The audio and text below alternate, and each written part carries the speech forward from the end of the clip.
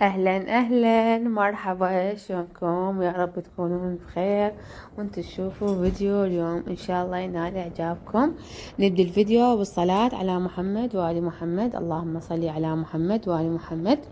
شلونكم يا بنات؟ شلونكم حبايبي؟ شكرا لتفاعلكم بالاخر فيديو نزلته او بالفيديوهات بحثا كلهم متفاعلين انتم بيه. وشكرا للمشتركين الجدد، هواية جتني اضافات الحمد لله والشكر. ذاك الفيديو نزلته كان هم انا باعتبار ان كنت رايحه لهلي، بس شنو خاناني النت بعدها ما اعرف. انا جاي امنتج وما اعرف يمتى انزل. يبقى ورا مروة النت، شايفين يقولون ورا مروة الشخص، احنا نبقى ورا مروة الانترنت. المهم اخر فيديو نزلته هسه من رحت لاهلي، لان اشتراكهم ضوئي وبساعة نزل الفيديو، مو بساعة والله ما اخذ له ساعتين يلا نزل. وهمين ان انا بهذا الفيديو بداية الفيديو رحت لاهلي. انا تعرفون بنات كل جمعة اروح لاهلي وارجع بالسبت لان زوجي عنده خفر. المهم هنا سويت الإرادة واللحم بعجينة من عندي. طبعا أنا أسوي أطيب لحم بعجينة. بلا منازع. وأخواتي انت لازم تعلقن بالتعليقات، تضطر باللحم بعجينة. اللحم بعجينة أحبها تكون مكسبة، كلش مكسبة، وأهم شي فوقها دبس الرمان وكرفس وكاتشب. أنا هاي العالم وأنا اشتهيت هسه حاليا وأنا أمنتج الفيديو. ها بنات، وانا همينه كل ما اروح عن الاهلي اعجن لي كميه زينه من العجين، لان شنو كل اسبوع من اروح لهم اعجن لي اياها واخذها وياي. هي تبقى عندي اسبوع كامل وبنرجع مره ثانيه، يعني كل اسبوع تكفيني. يعني 20 خبزه كافي، كلش كافي علينا. انا ما اكل خبز وزوجي همينه، يعني اصلا يعني انا المره ما رحت موجود عندي بالثلاجه، بس شنو شلون واحد على مود يحس بالامان. انه انا هذا الشي عندي. احنا ما ناكل خبز برا ابد. هاي عذرونا دمدم يمي. فالمهم انا زعزعت واحد وبقيت واحد. يوسف فتحت له التلفزيون، قلت له شويه باوعي فما منتج الفيديو او خلي دمدم يمي، لان ما اقدر اخليها. تعرفون طفله وتزحف وتريد تروح للحمام وتريد تروح للكهربائيات الدرج. يعني المرحله شويه هاي صعبه حرجه من من مرحله النمو الاطفال. المهم قلت خلي المتابعين يستمتعون وياي واني اخبز، لان انا كلش احب الخبز، يعني استمتع. اكو ناس تسوي شغلة تستمتع بيها من تسويها، انا كذلك من اخبز، من اسوي اكل. الاكل مو الاكل، كل الاكل من اسوي استمتع. فشنو اروح لغير عالم. يعني ابد لا احس اني عد تعبانة او ملانة او فشي، حتى لو كني كلش كذية لا، انا استمتع بالخبز. بس هنا أنا الخبز طبعا قد ما انا خبزي حلو، وبس خانانة التنور كان نص طافي ونص مشتغل. بس لا والله خوش، لا بأس بيه، طلع خوش خبز. بسبب المطر همينه والشوي اثر على التنور، يوقع على يدين فتنسد العيون مالته. اي والله يا بنات سولفولي، انتم تحبون تخبزون، تحبون تشتغلون، تحبون تطبخون، او شنو المهارات اللي عندكم انتم تحبونها؟ سولفونا وكتبونا بالتعليقات على مود نتونس ونرد عليكم. وكتبوا لي اشياء تردوني اني اسويها يعني لكم بالفيديوهات السابقة، على مود اعرف المحتوى اللي اقدم لكم او المحتوى تحبونه انتم. الفيديو السابق نية قالت لي سوينا المقلوبة ان شاء الله. يصير عندي يعني وقت المقلوبة اصورها لكم الطريقة، ولو انا مصورتها كاملة وناشرتها بصفحتي، بس لا هالمرة اصورها لا بالتصوير الجديد مثل ما نقول. نغير شوية، ولا هو حياتنا اليومية هي نفسها ما تتغير الحمد لله والشكر، وروتيننا نفس ما هو، بنقعد نتريق نتغدى نتعشى ننظف، وهي حياتنا. بس هي الروتينات حلوة او تنطي حافز. يعني هسه انا البارحة يلا اجاني الحافز انه اسوي انظف التخم. يعني من قاعد نريد بيتي هسه يوم باكر، اليوم باكر وبقى اليوم باكر وما مسويته. البارحة اجاني الحافز، كان عندي نقص شي، نقص قاصر ما عندي موجود، يعني قاصر صحتي هذا الزين. بس قلت يلا ما يخالف ما دام الحماس موجود، لا ها هي خليني اكمل وامشي برجلي اليمين على قولتهم. الحمد لله والشكر. اي والله. حاليا ها خاف طالعه ايدي بالفيديو، رجاء لا حد يتعلق. وتقول شو اسمه ايديش طالعة، عادي مو مشكلة، انا بالنسبة لي عادي مو مشكلة، ما استحرم من هذا الشيء، او ما استحرم، ما احس انه انا جاي اسوي اغراء بايدي او فشي، لا. الاستحرام بهذا الشيء انا اشوف انه الشيء الصحيح هو هذا، انه الوحدة اللي تسوي اغراء بايدها جاي اخبز ترى. لا مصبغة اظافر ولا مكشكلتهن ولا مطلعتهن. الحمد لله والشكر. طبعا هنا سوالف تخبل انا واختي، هي تصور ونسولف وكذا. كنت انا قبل يعني كنت 24 ساعة انا عند اهلي، فشنو متعلمين اهلي علي، فهسه شنو الاشتياق فول من اروح لهم، الكل تريدني يمين وشمال. واختي عايشة تقول ما ترجعين عافية ترجعين، قلت شنو ارجع يومكم يعني، احب بيتي وارجع يومكم. اي فوالله ما احس ان يومين ما تكفي من اروح لهم، حتى انا احس ان نفسي ها هسه انا جاي منتجه البارحه، انا رجعت لا اول البارحه احس نفسي بعدني يعني مشتاقه ما شو ما مليت الاشتياق مالتي. الحمد لله والشكر. ان شاء الله ان شاء الله الله يديم الاهل ويديم النعمه علينا.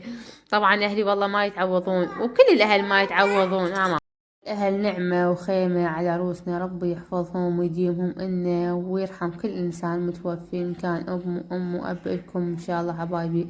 مثل ما تشوفون الخبز مالتي هذا، بس هو مو خبز، قلت لكم التنور نص مشتغل والنص ما نعطيكم عنه خبز. هاي آخر خبز يطلع يعني خبز كسبات.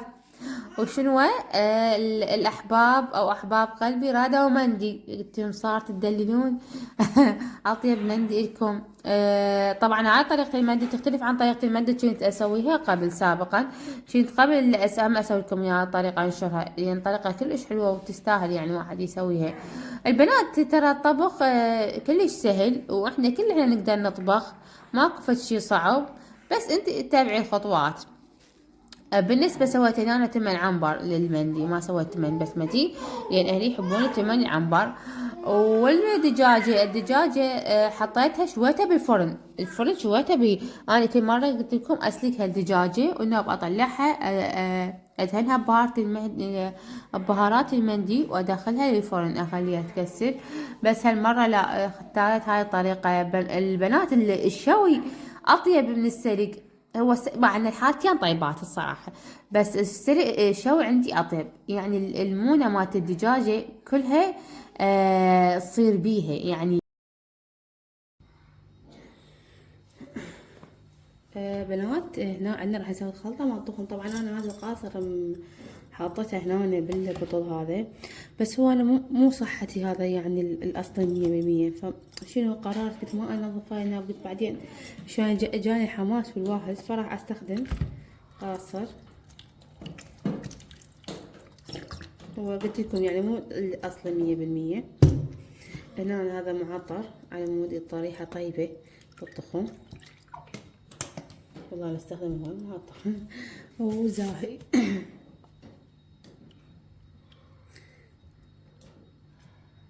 واحد الزاهي بس راح اخلي ماي حار.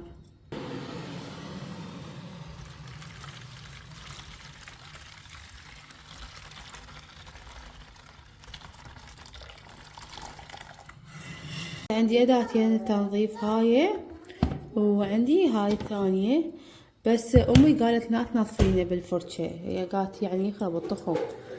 والله صراحة ما ادري يعني، وقالت في نظيف شو اسمه بخاولي. نشوف هسه شلون الوضع يصير.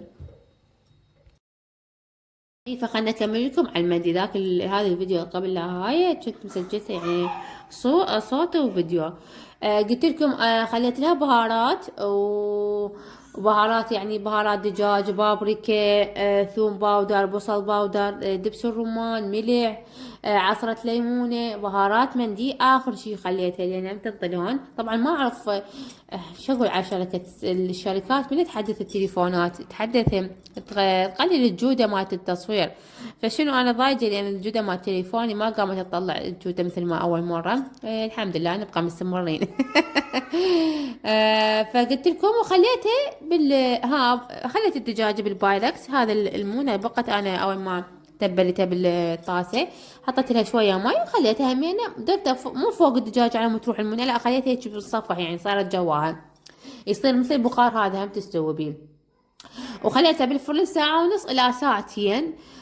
طلعتها طلعتها مثل ما تشوفون قدامكم، خليت لها فحمة وخليت لها دهن وغطيتها هي والتمن. صارت مندي عالمي خنفشاري.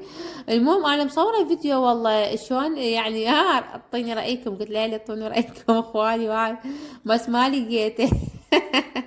يلا الحمد لله، المهم الطعام واستمتعوا بيه، هم يتفنسون من اروح لهم انا واطبخ لهم. هنا أنا مثل ما تشوفون جاي انظف الطخم. طبعا الطخم مالتي جديد يا بنات وما مستخدمته انا، بس من شريت بالمجتمع تركته وهملته هواي. وجيت مرة من الايام دخلت للبيت، كان اغلب وقتي يعني بالمجتمع عند اهلي. لقيت الصالة مالتنا تخر، المزروفة المقطورة مال المشتمل وتخر، وهاي وين واقعة. شفتوا هذا الصفار شوفتكم اياه، ظل هيك يوقع هيك يوقع، هذا صار مثل الزنجار هنا. وش قد حاولت يعني انظفه يعني صار بقى نسبة قليلة ما راح كله. بس الحمد لله هو همينه مترك، تعرفون يعني بعد احنا همينه قاعدين ببيت جديد وتراب. فوالله نظفتها انا، نظفت تكون بس قنافة واحدة قدامكم. الباقي لا ما اقدر يعني كلها صورني راد لنا ساعة كاملة بس تصوير القنفات شلون انظفن. والله نظفته من كل قلبي. والتراب كله وخرته، وما يعني ما تشوفونه وسخ هاي، بس يعني تغير لونه وصارت بيه نشعة، وريحة المعطر صارت كلش طيبة. يعني من مو خليت معطر مثل ما شفتوا بنات، دائما كل ما تبدون تنظفون زولي معطر خلوا اي شيء انتم تحبونه يتعطر للمكان مدة طويلة كلش، يبقى أكثر يعني كل ما تدخلون الصالة أكو ريحة عطر. الملابس مالتكم همين تغسلوهن خلوهن معطر ويا الغسل، هم ينطي عطر كلش طيب. بالنسبة جبناها على غسل الملابس. اكو ناس تحب مو ناس، هي اغلبها ناس تستخدم تاي التورة، بس اني اتخبل بنات من عندها اتخبل. يعني نشتم ريحته احس نفسي يعني مو غاسلة الملابس، يعني جايبة الملابس بالتايت مالتهن ومخليتهن. والله اني شوف استخدمت حاليا، استخدم شو اسمه اريل، لا مو برسيل. يعني يا بنات شنو فشي فظاعة بالغسل الملابس، والله العظيم تعجبت انا. ملابس جهالي كلها اغسلها بايدي، اللي تعرفون اطفال وبقع ما توقع، بقع صعبة توقع مثلا مرقة او فشي. وانا اغلب ملابس جهالي بيض، يعني بيض مو شوي ما كان بيض، على حلبيات، على ذن الالوان الفاتحة اللي بين الوسط مثل ما نقول بسع. ها. فكله اغسله بايدي، كله اغسل بايدي بفرشة وقاصر اخففها بمي وجاهي تطلع القطعة عندي تخبل صراحة غير. بس المرة من جربت يعني حطيت القطعة بالغسالة وحطيت وياها هذا التايت، ما شاء الله كأنما غاسلته بيدي واكثر. والله حتى القطعة تطلع جديدة. هنا هذا شعر البزونة لقيتها، طبعا البزونة راحت الله وياها. جبناها عندنا فترة وراحت. وهاي زرعاتي همينة جاي احاول اجذر من عندهن. طبعا بالنسبة للزرع شوية صعب، يعني هسه انا الزرعة جبتها عندي عاشت، بس خطية امي جابتها عندها ما بقت، ماتت مو ماتت، جبتهن عندي انا مثل ما تشوفون، قلت خلنا اجذرهن الش حرامات ولا يموتن كلش. وبعد ما خلصت هنا همين الزولية، والله يا بنات فركتها فركة زينة. طبعا ابني هنا هذا المكان اللي واقف بيه بعد شلون واقف على صابع رجليه، وقع الطاسة مالت المي والقاصر والهاي. وهنا انا صرت عصبية وتنرفزت. عادي كل الامهات هيك. بعدين جبت انا اصلا يعني ناوي انظف الزولية، اكو بقع يعني ما تنشاف بالعين المجردة، بس عيني تشوفها. هي مثل ما تشوفون بياضة، فشنو اضوجن اشوفن بيها بقعة، يعني ايضا هتكون كلها بياضة ما تدمر. قلت لكم انا كل شيء احب الابيض، حتى فرشاتي مالت الشرباية كلهم بيض. المهم والله فركتن كلها فركتها خليتها تلمع. بعدين نظفت المكناسة مثل ما تشوفون، المكناسة جاي يشيل الزولية ما شاء الله، تشيل الزولية من قد ما قوية ما بعيد ما تهدى. فابني يموت على المكناسة هاي، يعني صدق يعني عباله هو لعبة يعني. حتى إذا هي واقفة ما مشتغلة يروح يجيبها ويشكلها على الكهرباء ويشغلها. فهو هنا صار عنده الحماس، وأنا هنا صيحت عليه ضجت خطية قعدت عليه قلت له تعالي يلا اكنس، تحب المكناسة، وخليته يكنس. همين انا شوية دعمنا بالمسؤولية، ولو انا يعني كل شيء توجيهات وتكتيكات. الحمد لله بعد اعطيناها كنسة حلوة تخبل، شالت كل الأتربة. وانا جاي امنتج فيديو، سمع صوت ابني يصيح فرحت له. لقيت قطعت المونتاج ورحت له. يلا عادي شو نسوي، هاي حياة الأمهات. أهم شيء أكمل مونتاج وأنزل لكم إن شاء الله. وهنا أنا كملت الصالة على آخر حباية، وكنست المطبخ وكنست الغرفة، كل شي كنسته وكملته، حتى غداي كملته وأني أنظف بالصالة. عفيان عدلة سن عاد بروحي. فشنو قلت خليني ويا الآذان تقريبا صار تكملت كلش، أنا قاعدة من 8 كملت كلش. بعدين خلصت صليت وصبيت غدا أنا خبر الزوج قلت له تعال اتغدى، هو ما قبل يتغدى بس اني قنعته واجى اتغدى. والله كان غدا كلش طيب. اشتهيت مرقة دجاج يا بنات، صار لي يوم مشتهية مرقة دجاج، فقلت خلنا اسويها. سويتها بوتيتا، هاي اول مرة اسويها بوتيتا، طلعت كلش طيبة، ويوم بصرة وحمسة زينة ويا بصل وثوم ومعجون. خليتها تحمس واني اجي للطخم واروح عن تحمس، واني اجي للطخم واروح عن. والله ما شاء الله طلعت كلش طيبة. تمنيتكم يمي وسامكم الف عافية ان شاء الله.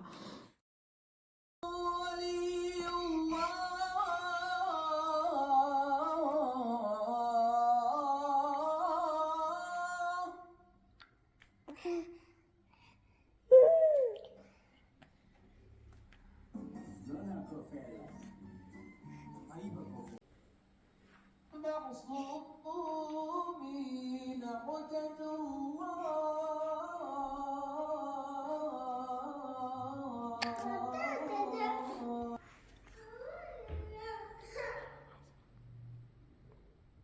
هيا